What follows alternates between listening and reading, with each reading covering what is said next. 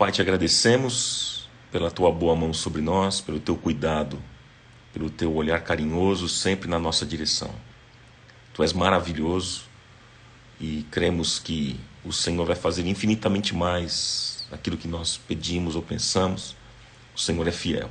Fala ao nosso coração nesta manhã, em nome do Senhor Jesus, para o teu louvor, Pai, e para a tua glória. Amém.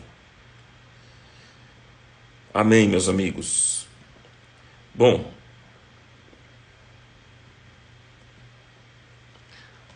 esse é o nosso último tema da série Pai Nosso.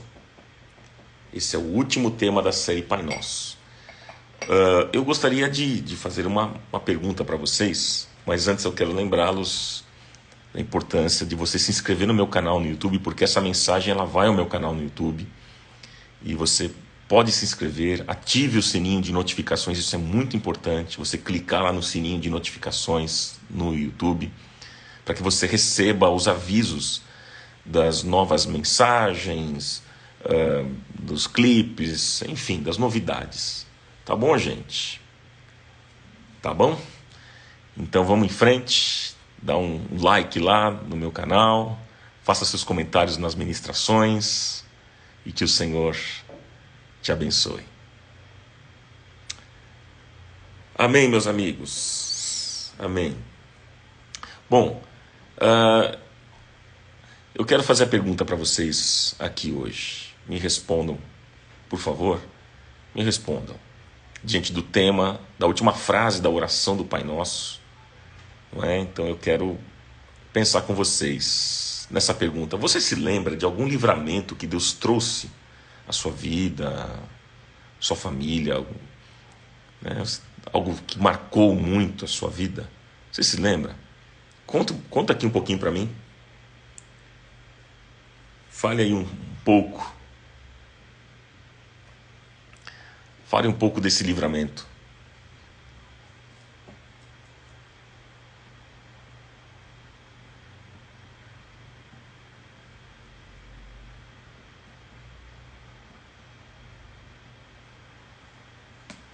Vamos lá, gente. Contem um pouquinho do livramento que o Senhor deu. Maurício, obrigado pelo selinho da live, viu? Deus te abençoe, Maurício. Vamos lá. Conte um pouquinho do livramento. Qual foi o livramento que o Senhor deu?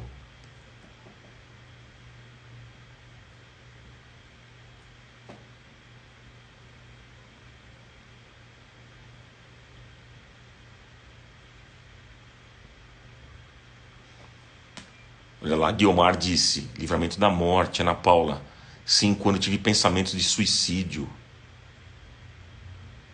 Vamos lá, pessoal. A Drica, Giro da Gastronomia, valeu pelo selinho da live aqui. Deus abençoe vocês. Vamos lá, gente. Olha só. A Marilda, né, disse sim. Tive meningite aos 18 anos. Fiquei cega por 65 dias, mas Deus restaurou minha visão. Glória a Deus. Noemi, em junho de 2017 tive um infarto. Deus me livrou. Livrou da morte. A Doceria Mãe e Filhas disse, meu acidente de carro na Dutra, perda total do carro, deu perda total no carro, mas o Senhor livrou. Muito bom. A Heloísa, meu filho teve Covid, eu dormi com ele sem saber e não peguei, nem depois. Que bom. Olha só, a Caroline dizendo,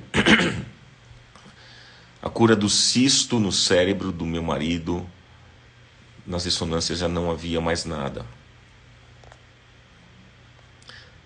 Olha quantos livramentos o pessoal escrevendo aqui, ó. Meu sogro quase morreu com diabetes e tal. A Tatiana disse que o marido dela deu um PT geral no carro, não aconteceu nada com ele. A Silvana, livramento de adoecer nessa pandemia.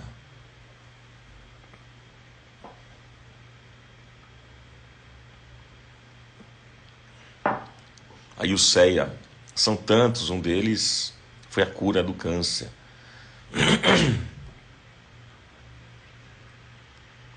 Salete disse, né, ficaria aqui várias horas contando os livramentos.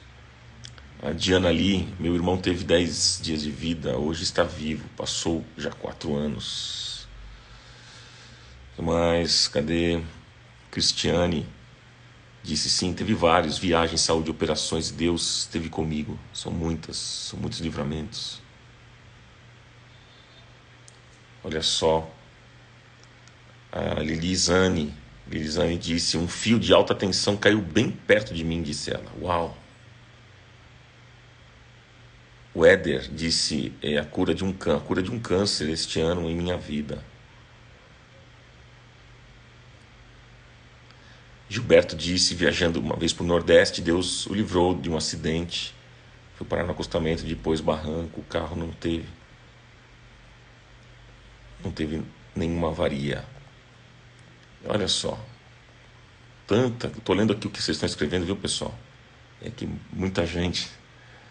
Então não dá para citar todos, mas eu estou lendo aqui tudo que vocês estão colocando e escrevendo. A Tereza Junco, livramento de pensamentos de suicídio, né? Olha só. Muito bom, gente, muito bom, muito bom. Bom, meus amigos, eu quero então ver com vocês a oração do Pai Nosso. Nós estamos nesta série, esta é a 8ª parte da oração, é a última. E eu queria ler com vocês mais uma vez esta oração. Se você puder abrir o texto de Mateus no capítulo 6, Mateus 6, 9. Olha o que aqui diz. Jesus ensinando a orar, ele disse assim, olha, vocês orem assim, Pai nosso que estás nos céus, santificado seja o teu nome, venha o teu reino e seja feita a tua vontade, assim na terra como no céu. Dá-nos hoje o nosso pão de cada dia. Perdoa as nossas dívidas assim como perdoamos aos nossos devedores. E não nos deixes cair em tentação, mas livra-nos do mal, porque teu é o reino, o poder e a glória para sempre. Amém. Amém e amém.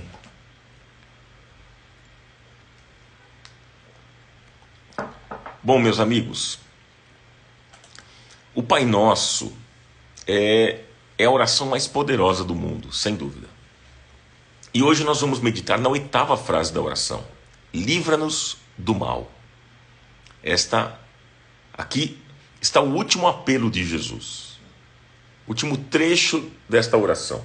Livra-nos do mal. E Jesus aqui nos ensina a clamar a Deus para que o mal seja vencido. E hoje nós faremos uma das reflexões mais difíceis da Bíblia.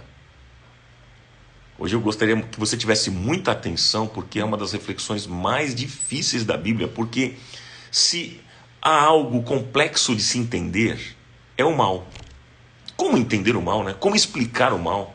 Quem criou o mal? Onde o mal nasceu? Por que nós vivemos tantas vezes subjugados pelo mal? Por quê? E eu queria ver com vocês aqui hoje alguns aspectos importantes sobre o mal. Se você quiser anotar, faça isso, porque vai ser importante. Alguns aspectos importantes sobre o mal. Primeiro, anote aí, número 1. O que é o mal? O que é o mal? Essa é a pergunta que muitos fazem. O que é o mal? Gente, o mal é tudo o que se levanta em oposição à bondade de Deus. Então, tudo que se levanta em oposição à bondade de Deus é mal, é o mal. O mal tem uma estrutura. O mal, gente, não são apenas atos que fazemos de maneira errada. Não. O mal é algo muito maior do que imaginamos. O mal tem um arquiteto. O mal tem um mentor que age sempre contra a vontade de Deus. Este é o mal. Vocês entenderam? Segundo aspecto aqui importante para a gente pensar sobre o mal, né? Segundo aspecto muito importante. Qual é a origem do mal? Qual é a origem do mal? Anote essa pergunta aí. Qual é a origem do mal?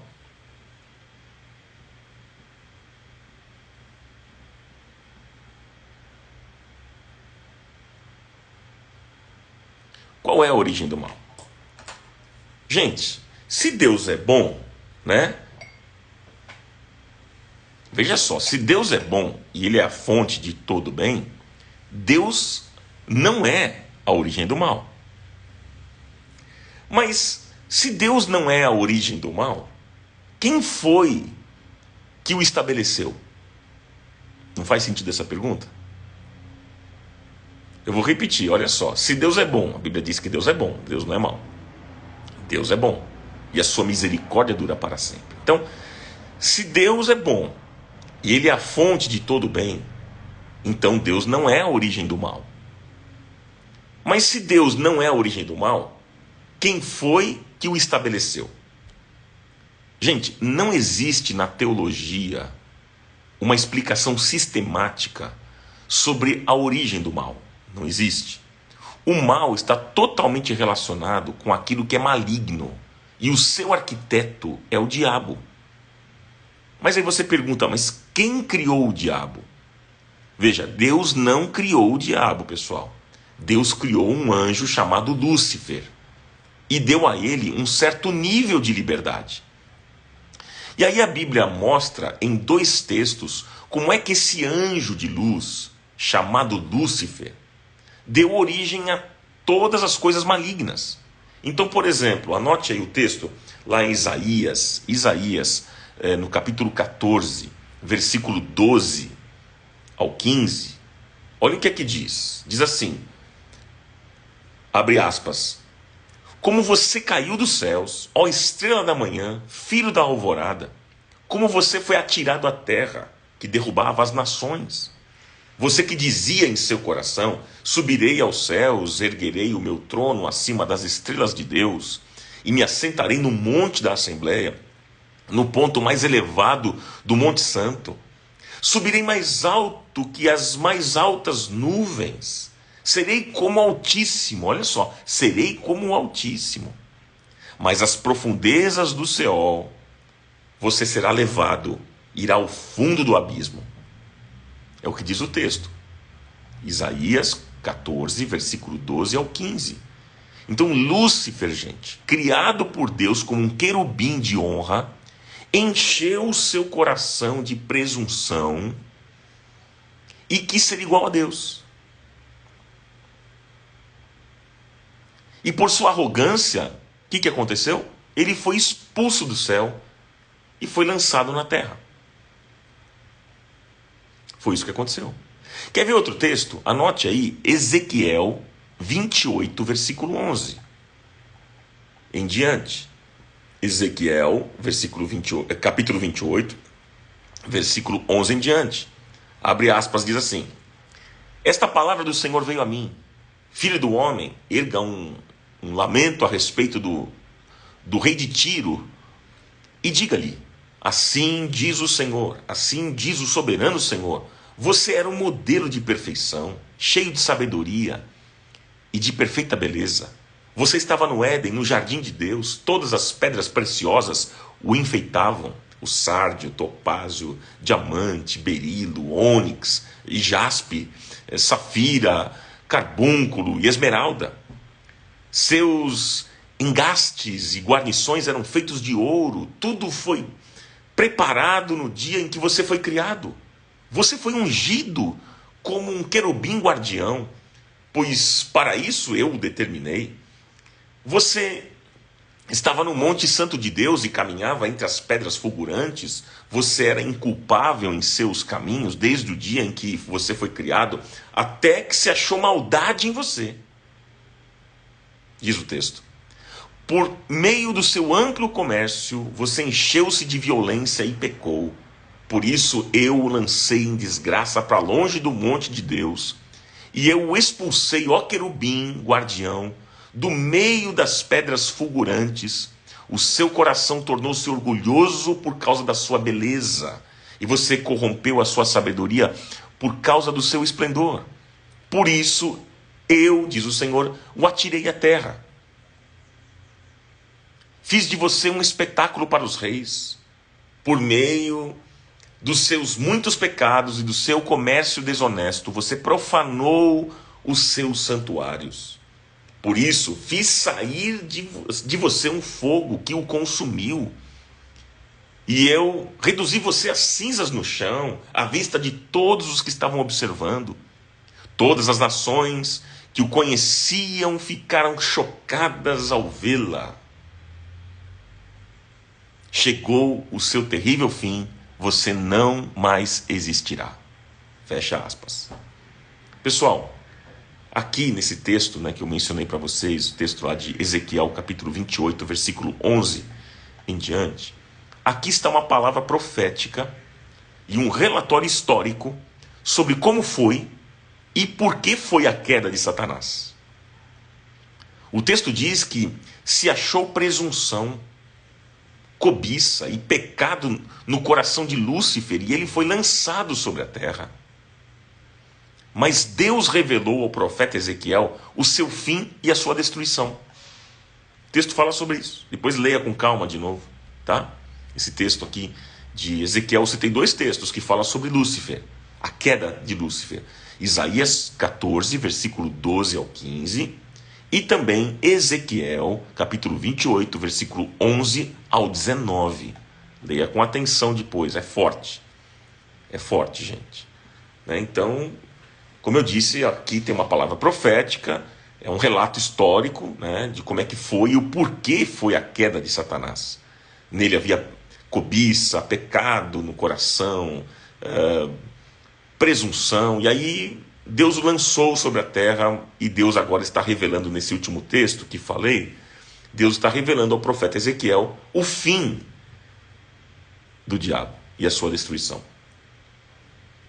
Gente, como a gente fica pensando, como é que o mal nasceu no coração de um anjo? Como? Não é estranho isso, pessoal? É estranho demais. A esta pergunta, Deus ainda não nos deu resposta. A gente não consegue compreender como é que o mal nasce no coração de um anjo. Lúcifer era um anjo de luz. Como é que o mal nasceu no coração dele, pessoal? Deus não deu essa resposta. A não ser o texto lá de Deuteronômio 29, que diz que há coisas misteriosas que pertencem ao Senhor. Há coisas misteriosas que pertencem ao Senhor. Deuteronômio 29. Só isso que a gente consegue entender. Como o apóstolo Paulo disse, hoje ainda não entendemos, mas um dia nós saberemos todas as coisas e Deus revelará como o mal entrou no coração de Lúcifer e como é que ele foi lançado à terra. Ele tentou Adão e Eva e os dois, veja só, como ele foi lançado à terra, ele tentou Adão e Eva e os dois caíram e com eles caiu toda a raça humana. Veja que interessante isso. Lúcifer, como foi lançado à terra, ele tentou Adão e Eva. Foi o que eu disse. Os dois caíram. E com eles caiu toda a raça humana. Vamos lá, vamos continuar. Terceiro aspecto dessa mensagem. Bom, o primeiro aspecto que eu mencionei com vocês foi uma pergunta: o que é o mal? Eu dei uma definição para vocês do que é o mal. Segundo, qual é a origem do mal? Acabamos de tratar sobre isso. Terceira pergunta, qual é a abrangência do mal? Qual é a abrangência do mal? Bom, pessoal,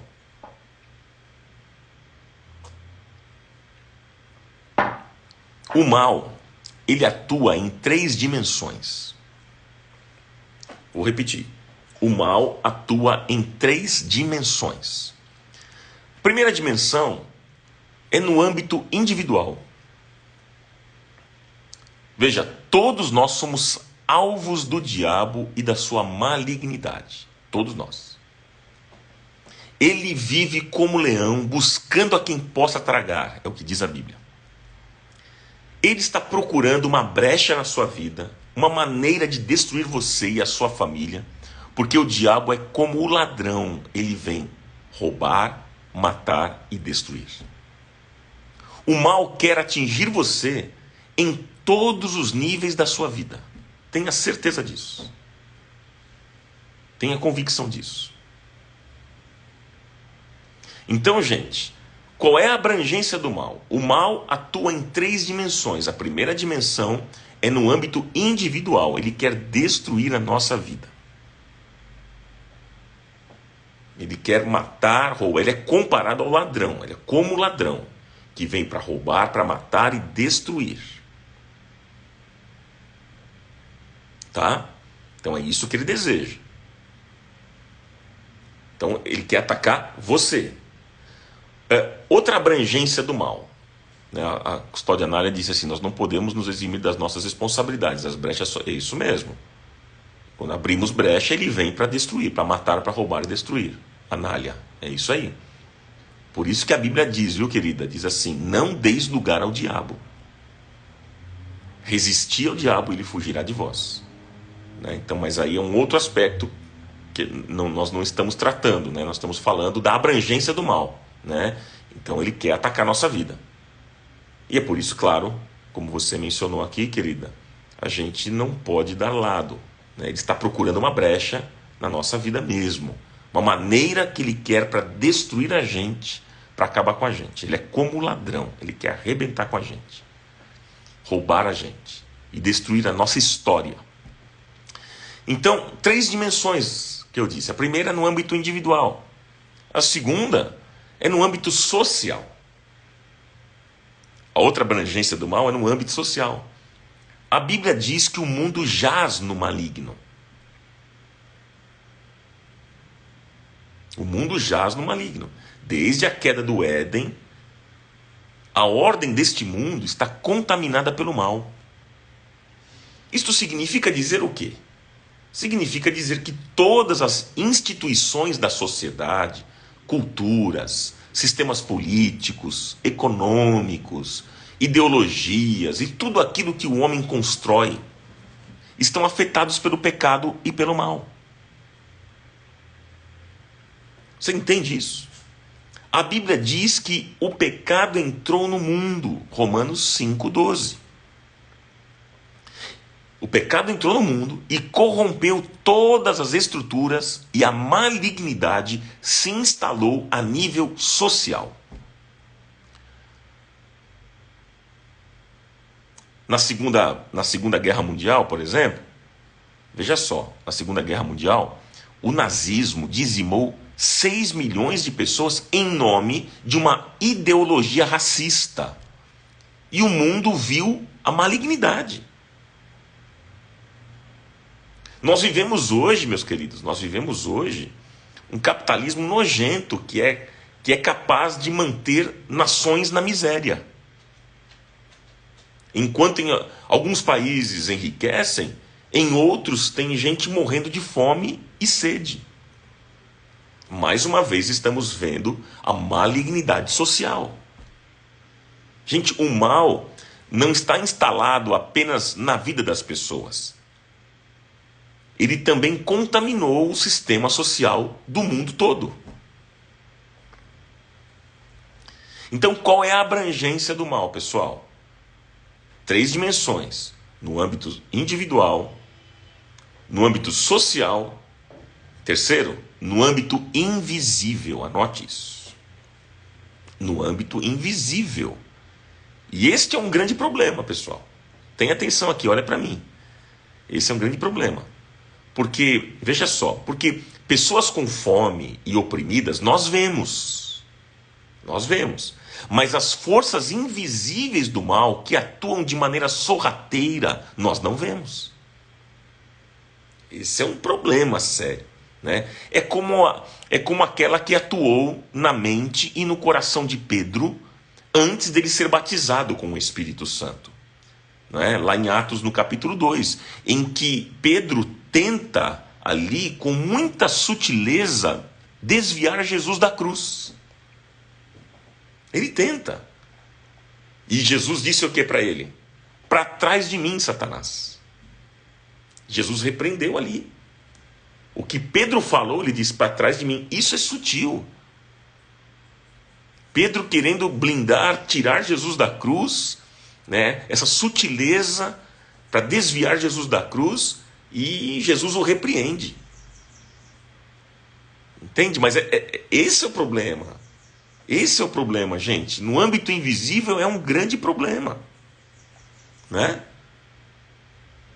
É muito complicado. Uma das grandes máscaras do diabo é a sua aparência de anjo, de coisa boa, de coisa agradável, mas no fim ele engana e quer destruir.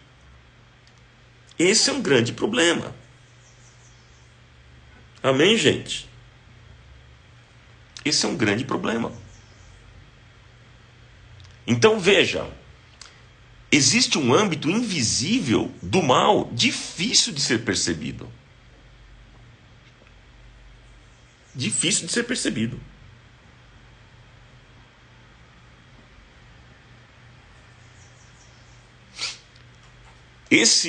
Veja só, esse é o tipo de mal que levou, por exemplo, o iluminista francês Voltaire a dizer o seguinte, a fazer a seguinte declaração. Olha o que é que Voltaire disse.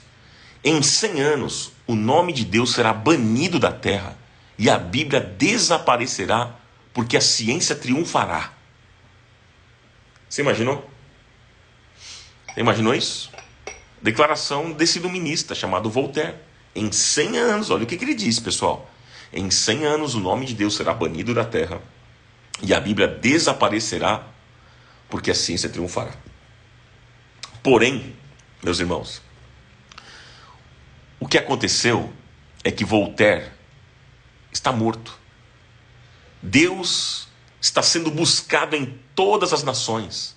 E a casa de Voltaire, hoje, é a sede da Sociedade Bíblica Francesa. Sabia disso? Olha aqui. Que ironia do destino. Alguém que fez essa declaração, imagina só que a Bíblia ia desaparecer porque a ciência ia triunfar. Ele morreu e a casa dele hoje é a sede da Sociedade Bíblica Francesa. Mas meus amigos queridos, o mal está aí e o causador dele, o diabo, príncipe deste mundo, o pai da mentira, ele quer matar, roubar e destruir. Então agora nós podemos entender por que Jesus nos ensina a clamar: Pai, dá-nos o pão de cada dia, livra-nos da tentação e de todo o mal. Você consegue entender agora por que Jesus nos ensina a clamar? A palavra livrar, no sentido original, é libertar. A palavra livrar, no sentido original, é libertar. Então, gente, livra-nos do mal é liberta-nos do mal. Mas também significa, Senhor, livra-nos da iminência de cairmos em um abismo. É isso. E isso revela que nós dependemos totalmente de Deus, amigos. Não há pastores, não há igrejas, não há pessoas, não há nada que possa livrar você do mal. Apenas o nome de Jesus no poder do Espírito Santo de Deus. Se você não tiver a mente e o coração ocupados por Deus, o diabo se apoderará da sua vida. Tome cuidado. Essa oração, gente, é um grito. Senhor, livra-nos do mal. É um grito. Mas começamos a gritar mais alto, sabe quando, gente? Quando nós experimentamos o mal. Você já experimentou o mal e a desgraça na tua vida? Você já experimentou alguma vez? O mal já assolou a sua casa? Hein? O mal assolou as tuas finanças, a tua saúde, o teu casamento, aquilo que era precioso para você? Já aconteceu isso? Gente, quando o mal te ataca, então você entende porque Jesus mandou que clamássemos: livra-nos do mal, Senhor. Consegue entender isso? Porque, gente, o mal é mais forte do que nós. Deixa eu dizer para você, o mal é mais forte do que você. Você não é mais forte do que o mal. E só existe uma maneira de vencer o forte. Só existe uma maneira de vencer o forte, é convocando alguém que é mais forte. Aí sim. Só há uma maneira de destruir o leão que ruge ao redor da tua vida, da tua casa e dos teus filhos. Só uma maneira de destruir esse leão. Qual é? É convocando o leão da tribo de Judá. Porque quando esse leão chega, todos os outros se submetem a ele. Aleluia, aleluia. Glória a Deus por isso.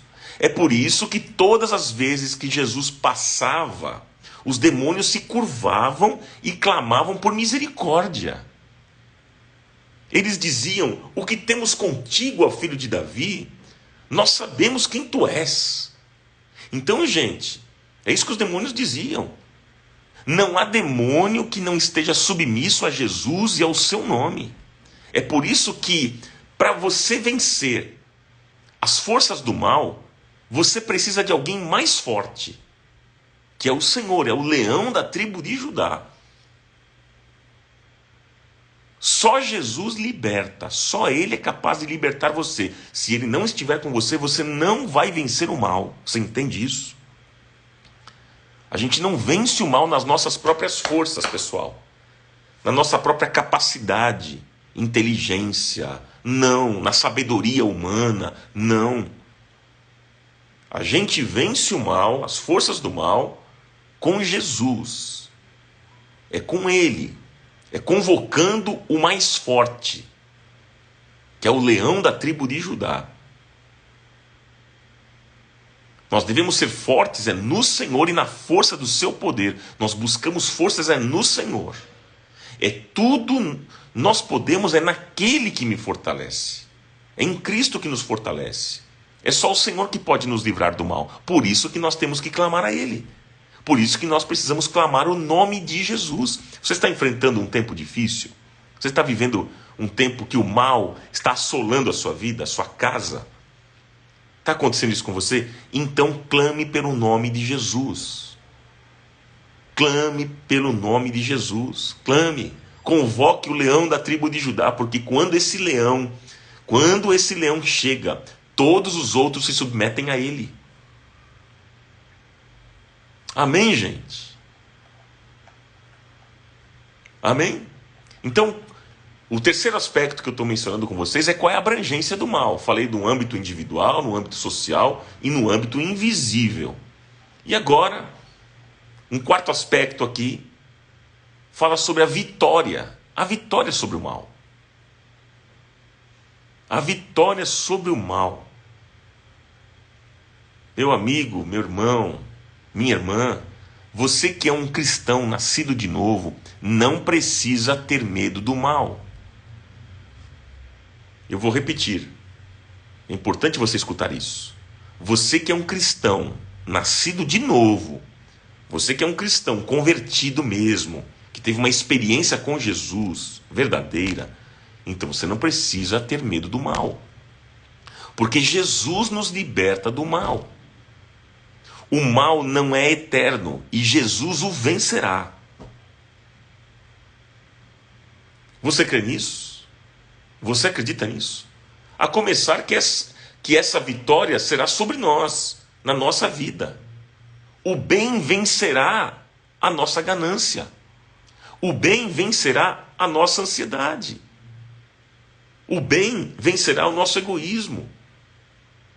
Iniquidades, idolatria e a falta de amor, o bem vencerá. Foi por isso que o apóstolo Paulo, ele disse que nós fomos transportados das trevas e agora estamos na sua maravilhosa luz. Mas, veja, a vitória sobre o mal tem que se estabelecer a cada dia. Qual é o segredo da vitória sobre o mal? Qual é o segredo da vitória sobre o mal? E aí Paulo nos ensina, lá em Efésios capítulo 6, versículo 13 em diante. Paulo ensina a gente. Paulo ensina. O que Paulo está dizendo lá em Efésios 6? Ele diz assim: vistam toda a armadura de Deus, para que possam resistir no dia mau e permanecer inabaláveis depois de terem feito tudo. Assim, disse Paulo, mantenham-se firmes, cingindo-se com o cinto da verdade, vestindo a couraça da justiça e tendo os pés calçados com a prontidão do evangelho da paz. Além disso, usem o escudo da fé, com o qual vocês poderão apagar todas as setas inflamadas do inimigo, do maligno. Usem o capacete da salvação e a espada do Espírito, que é a palavra de Deus. Orem no Espírito em todas as ocasiões, com toda oração e súplica, disse Paulo. Tendo isso em mente, estejam atentos e perseverem na oração por todos os santos. Efésios capítulo 6, versículo 13 ao 18. Então, qual é o segredo da vitória sobre o mal? Efésios 6, 13 ao 18, que eu acabei de citar para vocês. E a vitória, gente, e a vitória final será decisiva. O reino de Deus vai inaugurar um novo céu e uma nova terra. E o apóstolo João, ele teve uma visão, né? Lá no Apocalipse, capítulo 21, anote aí. João teve uma visão. Apocalipse 21, versículo 1 ao 4. Ele diz o seguinte: então eu vi um novo céu e uma nova terra. Pois o primeiro céu e a primeira terra tinham passado, e o mar já não existia. Vi a cidade santa, disse João. Olha a visão que ele teve, pessoal. Vi a cidade santa, Nova Jerusalém, que descia do céu, da parte de Deus, preparada como uma noiva adornada para o seu marido. Ouvi uma forte voz, que vinha do trono, e dizia: agora o tabernáculo de Deus está com os homens, com os quais ele viverá. Eles serão os seus povos. O próprio Deus estará com eles e será o seu Deus. E ele enxugará dos seus olhos toda lágrima. Não haverá mais morte, nem tristeza, nem choro, nem dor, pois a antiga ordem já passou. Glória a Deus. Glória a Deus. E aí eu quero concluir com vocês. Essa conclusão é muito importante. Eu quero concluir essa mensagem com vocês, é muito importante. Pessoal, veja só. Agora, nesta oração, a oração mais poderosa do mundo, ela termina com um clamor. O que diz o texto lá? Olha só o que diz o texto.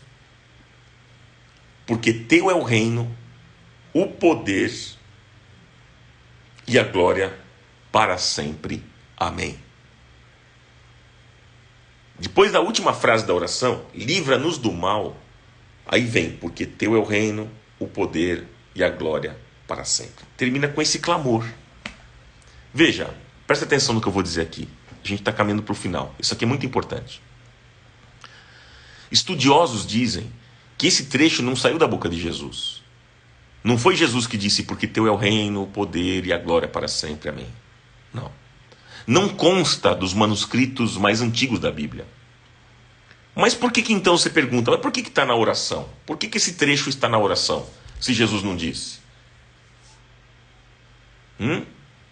Quem que colocou esse trecho? É uma pergunta, não é? Quem colocou? Gente, sabe quem colocou? Foi a igreja. A oração do Pai Nosso é tão linda, gente, e tão extraordinária, que agora era como se a igreja desse uma resposta a esta oração como uma doxologia, que é uma palavra de glória. Entende? Doxologia é isso, é uma palavra de glória. E é com essa palavra de glória idêntica ao versículo 11 de 1 Crônicas 29, que a oração termina. Palavra idêntica, 1 Crônicas 29 e 11, está lá. E se transformou em um dos principais cânticos de toda a igreja, em toda a história, que diz: porque teu é o reino, o poder e a glória para sempre. Porque teu é o reino, o poder e a glória para sempre, Senhor. Oh, meus irmãos, e quando a igreja responde à oração do Pai Nosso, dizendo teu é o reino, que ele está dizendo com isso? O que a igreja está dizendo com isso? Sim, Senhor, depois dessa oração, nós entendemos que teu é o reino, e todo reino tem um rei, e no reino que é teu, tu és o rei. É isso que a igreja diz. A declaração é de soberania, é de que Deus está no governo, é Senhor e está no controle. Quando a igreja responde à oração do Pai Nosso, ela declara: Senhor, teu é o reino, tua vontade nunca será impedida. Agindo o Senhor, ninguém impedirá. Amém? E quando a igreja diz, teu é o poder, nós pensamos, né? Onde está o poder deste mundo? Onde está o poder deste mundo? O poder não está nas mãos dos políticos, dos países ricos ou dos milionários deste mundo, mas todo o poder está nas mãos do nosso Deus. E esse poder fortalece aquele que está fraco, porque ele fortalece o cansado. Se você está cansado dos problemas, se você está cansado das lutas, das crises, saiba que Jesus tem poder e ele dá força àquele que está cansado. Ele guarda você com esse poder. E com esse poder, ele te dá autoridade para pisar todo o mal. Ele diz assim: eu lhe dei poder para pisar serpentes e escorpiões e todo o poder do inferno. É esse poder que nos dá autoridade para testemunhar a palavra. É esse poder que nos ressuscitará no último dia, e a morte será vencida, e nós adentraremos para sempre um novo céu e uma nova terra. Você crê nisso? Você acredita nisso? Então a igreja diz: teu é o reino, teu é o poder, e agora a igreja diz: tua é a glória. Quando a igreja faz essa declaração, quando a igreja diz, tua é a glória, é uma declaração, pessoal, de que Deus não divide a sua glória com ninguém. Esta glória é a maior declaração de adoração que uma pessoa pode fazer. A glória pertence ao Senhor, e assim será para sempre, pessoal. Ele é o Deus da glória. Ele é o Deus da glória. Porque teu é o reino, teu é o poder, tua é a glória, para sempre. Amém. Quando a igreja diz amém, quer dizer assim seja. Ou seja, meus amigos, é um ato de fé. Quando você diz assim seja a esta oração, isso é um ato de fé. É confiar que Deus está no governo. É superar medos. É aprender a não duvidar. É a oração que encerra toda a convicção. É a certeza que somos ouvidos e atendidos pelo Senhor. E como João disse, Jesus Cristo é o nosso amém para todo sempre. E que assim seja, em nome de Jesus. Amém. Vamos orar? Pai, te agradecemos por esta palavra. Te agradecemos por tudo o que ouvimos aqui nesta manhã. Obrigado, Pai, por esta oração do Pai Nosso. Como aprendemos, Pai, neste estudo que fizemos, em 8 partes, Senhor, quanta riqueza o Senhor proporcionou a nós.